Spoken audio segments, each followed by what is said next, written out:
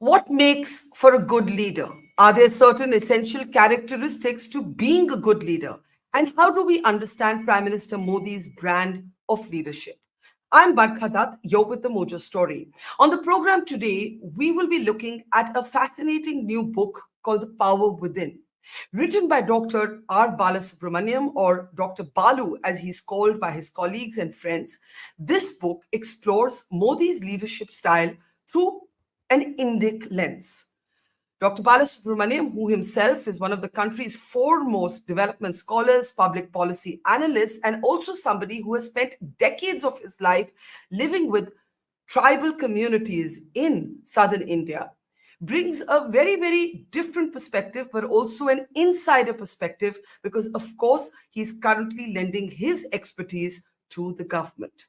He has spoken to an array of people, not just the Prime Minister himself, but also to those who work around him, to make this argument, which welds Western philosophies of leadership with uniquely Indian ones. Joining us on the program is our newsmaker today, author and public policy analyst, development expert, a man of many hats, as it were, Dr. Balasubramaniam, or Dr. Balu, as he's called, who, as I said before, he wore all these many hats, actually spent decades working with tribal communities in the forests of southern India. Welcome to our conversation, Dr. Balu, if I may address you in that manner. And let me start by asking you to talk a little bit about what you discovered about the Prime Minister. I know certain facets of it you write about in your book that you did not know from afar. Because one of the things you write in your book is that there are things that you discovered that are not revealed in Prime Minister Modi's public interactions, that are not revealed in his public speeches, that are not revealed in his television interviews. And you quote a lot from our scriptures, from our childhood stories, from the Ramayana, the Mahabharata, to make a argument about the Muditva style of leadership, as it were. But what was that one thing that you, at closer quarters, was surprised to discover? Thank you so much for having me on your show, Barkaji. And it's a great question to begin with. You see, very few of us in our lives usually, or I can put it this way, all leadership journeys start with a purpose that we decide for our lives. And normally, as we evolve and as things move on, this purpose also sorts of alters, sometimes evolves, very rarely evolves, but mostly alters, and we find different things to do. And as we interpret what our purpose in life is, we start doing that. I could, in my analysis and research of the Prime Minister's 50 years of life, what really stood out to me was a crucible experience of his, again, which is not in the public domain, when he was a 7-year-old child, 6 or 7-year-old child, that impacted him for life. And many of us have different experiences in life, but very few of us reflect on it, think about it, and make that our goalpost all our lives. This crucible experience, which is what shaped his 50 years of public life, if I may call it that, and gave the foundation to what he called Seva Bhav. Because I was fascinated, why does he call it Seva Bhav, and what is it that's, everybody says public service, but how is this so unique and what is so distinct about it? So when you're 7 years old, as a young child, in this village of Gujarat, uh, coming from a simple existence that their families lived in, the neighbor of his family, they were a barren couple who were longing for a child for a long time, and they didn't have a child. And after a long time, they actually had a baby. And the whole village celebrated. It was very fascinating to him that a child born in my neighbor's house, all of us are making sweets for it and sharing it. So I think the context of communitization and appreciation of communities getting engaged collectively must have sort of, the seed must have sowed at that time. But more importantly, what the event led to. And Warren Bennis, the great leadership expert, calls these kind of moments as crucible moments in lives. Crucible moments is something which shapes our thinking for the rest of our lives, provided we allow it to shape us. And so I think after that, a week later, the child actually falls sick and dies. And the whole village went into grieving, sort of a collective grieving about the baby. And then, more importantly for Modi, what happened was the neighbor's family had a cow, and this cow stopped eating after the baby died. And it was quite a strange thing for Modi. And he goes and asks his father, and like every father would explain to a very young child in the way the child could understand, he says, possibly the cow is also grieving for the family. It was very attached to the family, and maybe it's expressing its grief. A week later, the cow dies. And Modi, the child Modi, is very affected, and he starts telling himself, if an animal can actually grieve and feel for human suffering to this depth, how deeper should I as a human being feel for another human being suffering? And can I do something about it? So I think, Swami Vivekananda says this so powerfully in the context of public leadership in his writings. He says, Hmm. all this kind of work, three H are required. The first is, he says, the heart to feel. You got to first Hmm. feel strongly for something that you think very deeply about and care Hmm. deeply about. Second, he says the head to think. And finally, he says the hands to act. So I think for Modi, that crucible movement was all three. And from then on, he said, I'm going to make my life useful by actually expressing it as service to others. And that's one consistent thing that I saw. That's a very interesting personal story that you tell from the prime minister's childhood, but you also argue in your book The Power Within that the Modi's communication skills, both verbal and non-verbal, are at the center of his leadership brand, as it were, or his leadership philosophy. And you also acknowledge simultaneously that detractors have faulted the prime minister for sometimes remaining silent in the face of very big events, right? And you will see that after or during every crisis in India, one of the things you hear from people on the ground is, we want the prime minister to speak. We want the prime minister to speak, and then the opposition will target him for his silence. So we've seen that in Manipur. Even now, what's happening with doctors, the prime minister did speak, but in a kind of indirect way in his Independence Day speech. Explain to me how you understand the philosophy of communication when it comes to the prime minister, because his oratory is clearly one of his big political instruments, but he does also often choose to not respond to everything. And that is also obviously some sort of conscious choice he's making. So I want to understand that from you. Again, I write about a very Indian model of communication. I also explain a lot of Western theories of change. So when we teach our students policy communication, we talk of various models, semiotic schools, and you're also an expert on communication, the Shannon Weaver models, and all these kind of stuff. Now, most of the time, we always speak from the West and start of try to integrate it into our ways of expressing things here, and we sort of fall in line in those models. What I found in the Indic thinking was something very powerful and very ancient, but very relevant even today. The Sadharanikaran, which Bharata in his Natya Shastra more than 3,000 years ago describes it. And I think that's a foundation we need to understand of Modi's thinking and communicating both. Now, in Sadharanikaran, it's not just about the current models of communication that are well explained by Sadharanikaran itself, but there's one very essential distinct feature which no other model of communication talks about. Now, Sadharanikaran is not just about the person talking, encoding his information and communicating it in a medium, and the person receiving it, decoding it, and understanding it. It's not just a piece of information transacted through a medium. Sadharanikaran talks about in the context of rasa and bhava and all that, like an art, like a Bharatanatyam dancer dancing on stage. If she's portraying Kali and she's trying to kill a demon, and we feel and relate to it. Today neurobiology describes it as mirroring neurons, so we feel as though we are part of the dancer on the stage, or she's like Radha yearning for Krishna, we also feel that yearning. How does it happen? And that Bharata describes as sahridayata. That's a very powerful way of becoming one with the other in the emotive space, and that is a real impact of communication. Otherwise it's just mere transfer of information. Now, Modi has mastered this Saharidayata, and without Saharidayata, you really can't have Sahakaryata, the collaborative spaces. Now, much later today, maybe 20 years ago, Otto Schwammer from MIT describes of a theory called a theory of listening as part of his theory U. And there he talks about co-generative listening. So co-generative listening is a space of oneness, an Advaitic space of oneness where you sort of appreciate the other. And in that other, you see yourself and communicate and solve problems together. Now, why is Modi silent? And again, Indian thinking talks of the power of Vak.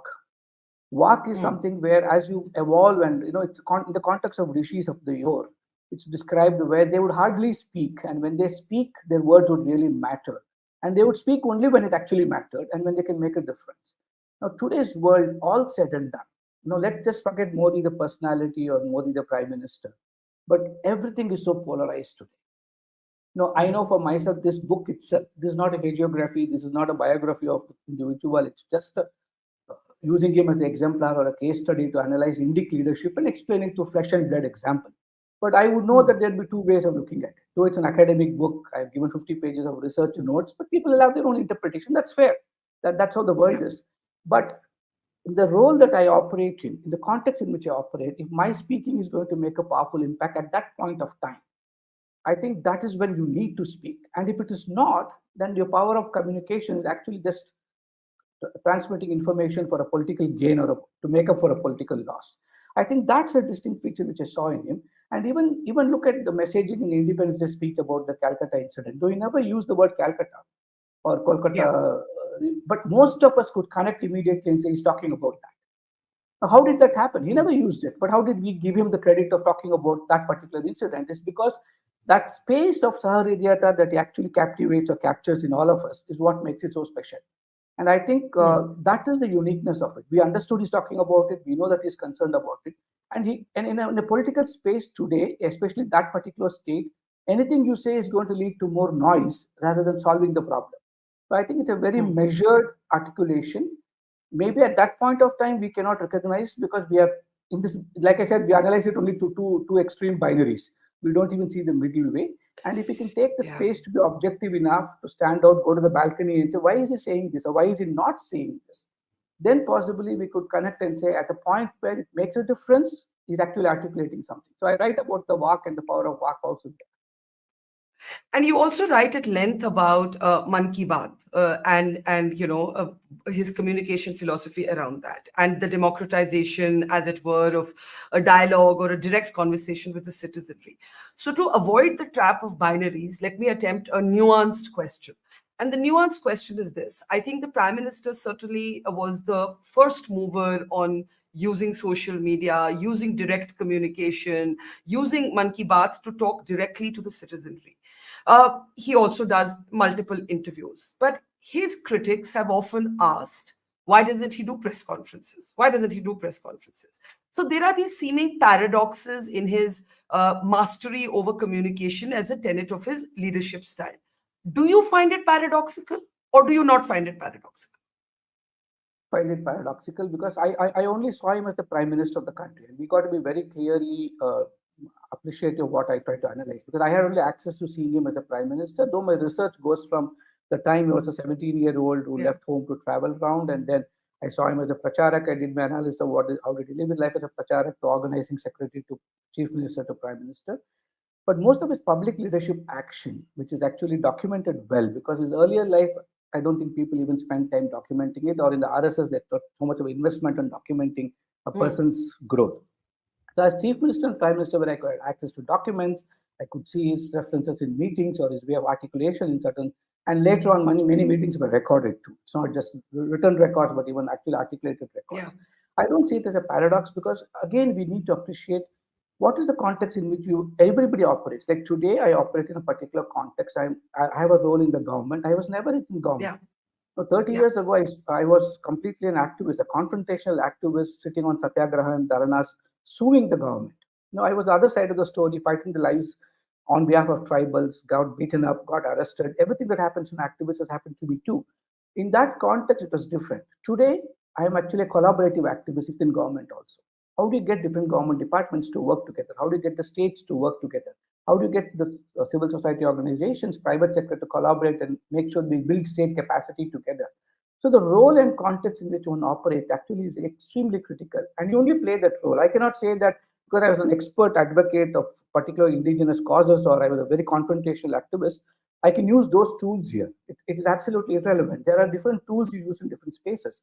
And I think as prime minister, you have a very a system driven process in which you respond to information. So my way of looking at it is why do we even we look at the White House or the way because a lot of my education analysis also comes from the West and Harvard's education and looking at my colleagues operating in the White Yeah. House, it's usually the spokesperson. The White House head of press is what he or she does. And very rarely is the president actually answering questions.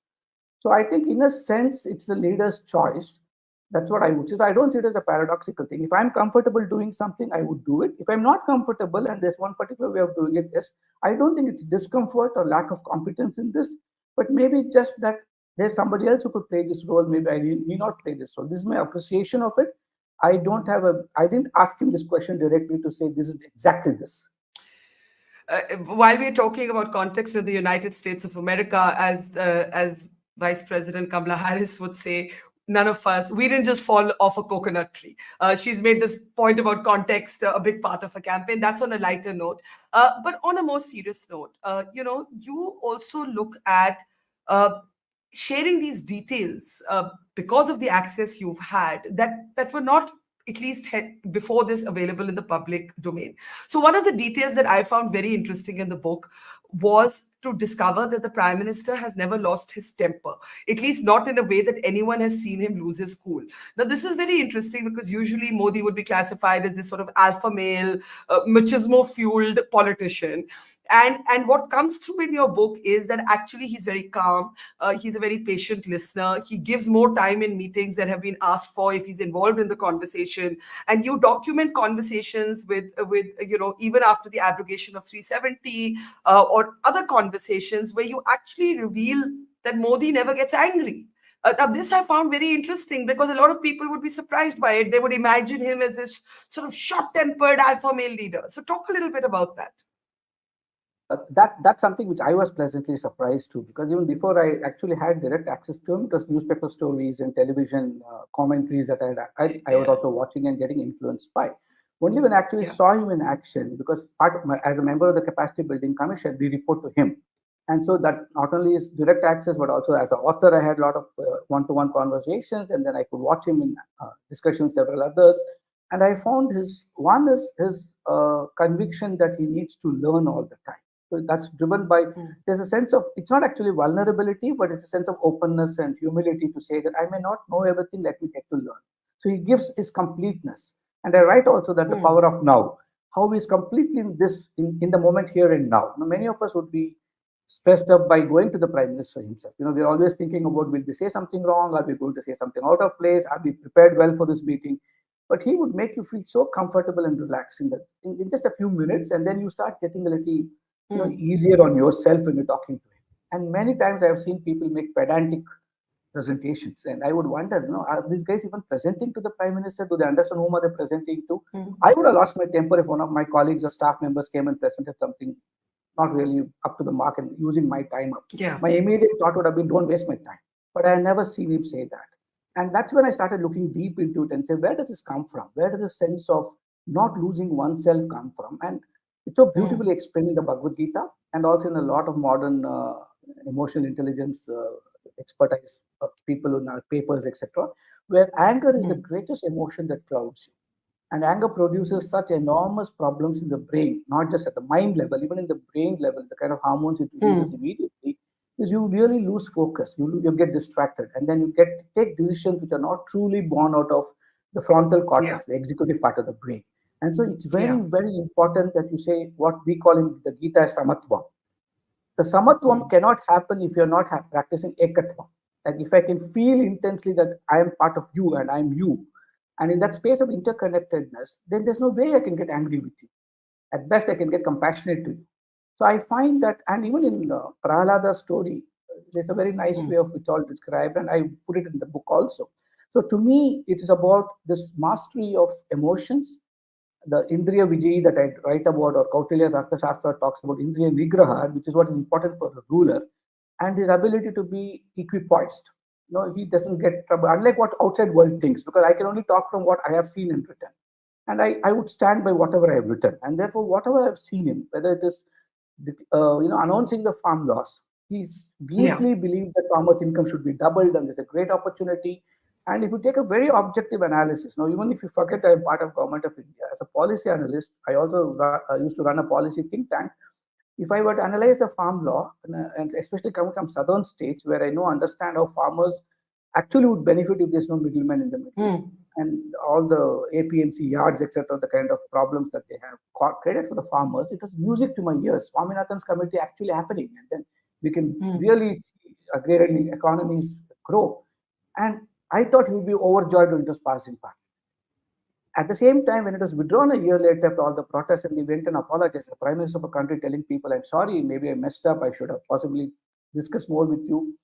And post that also, I met him for the book interview. And I realized that both the events, and I asked him this question. It Mm. was like, the equipoise that I saw, the Sthita Pragnati that we describe in the Gita is something I saw in him. And I think that is because it's not just anger, but all emotions. And the other equally important thing is He doesn't look at anybody condescendingly in his entire team. He doesn't humiliate anybody. He doesn't, even if he's upset, he doesn't call you out and say you're an idiot or something like that. One would presume that, in the kind of pressures of Yeah. the role that he plays, one would presume that you can lose your temper. You'll be forgiven for losing your temper. But I have Mhm. not seen that. And to me, that is it's a sadhana of what I could see is 50 years. And a constant struggle. That's why the word power within, that unless you have that power within and express it very well, you don't really Mm. evolve. And if you see, one of the chapters I've written is how I talk about spirituality and that how that influences leadership, as much as how leadership exercise could be a spiritual gesture or a spiritual journey for a Yeah. person. One of the phrases you use in the book is mental decolonization or decoloniality, right? This is, I thought, a very interesting phrase. And you also quote Samuel Huntington's Clash of Civilizations to make the point that the Western order, in a way, today stands challenged by the global South. And to a large measure, Modi's politics is about that. And if we juxtapose that with the story that Amitabh Kant shared at the launch, one of the launches of your book, where he said that as the G20 Sherpa, Mr. Modi said, if there isn't going to be consensus, we're okay, we won't have a resolution, we'll withdraw from this moment.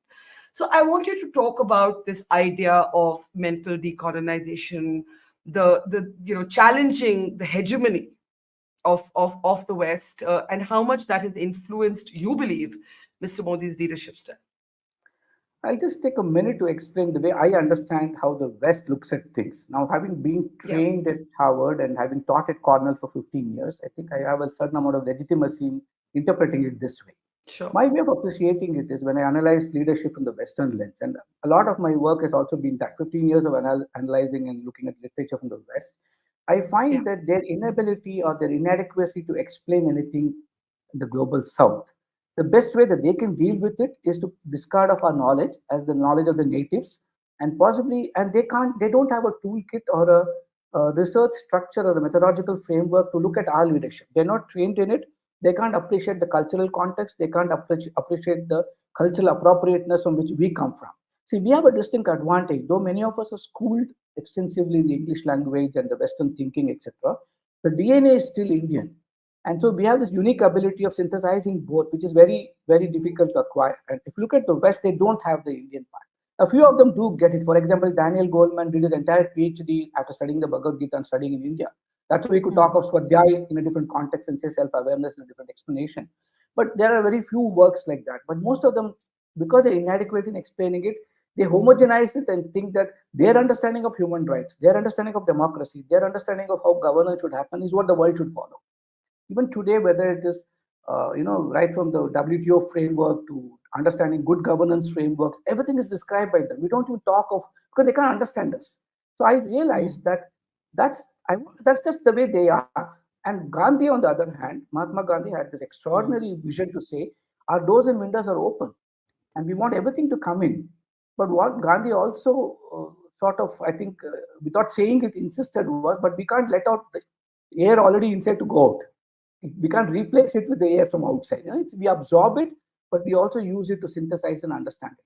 That's what I've tried to do in this book. So the Western appreciation and looking at it, I want to bring in one more framework. I bring in the book Danny Roderick's work of the dilemma that he writes I, about. I was going to ask you that next. It's so interesting. So let me say it in simpler words, and then you can explain it to our audience. You basically quote Danny Roderick to talk about what you call the trilemma, and that is that if it's about global integration, democracy, and national interest, there is bound to be a confrontation, and any country can only pick two of these three. So how do you apply this framework to Modi's leadership? In fact, that's connected to the decolonization you asked me earlier. This Yes. we have actually, I challenge Danny Roderick and say that we have actually found a model. I quote him just to say that that model is not really you can't really appreciate India, see India through that lens. Though I didn't explain it completely in the book because the context in which I was writing was different. Actually, if you look at it, India is globalized. The last 10 years, we are actually known everywhere. I know 30 years, 35 years ago, when I did my lecture tours, I had to show a map of India and say, this is India. Today, I'm invited because I'm Indian. And that's a very huge difference. And if you look at it, our economy is growing. We are the largest growing economy today. We're consistently, even if it's 6%, 7%, 8%, I don't want to get distracted with the arguments of numbers, but we're consistently growing despite COVID and post-COVID. We have managed to actually create a civilizational identity.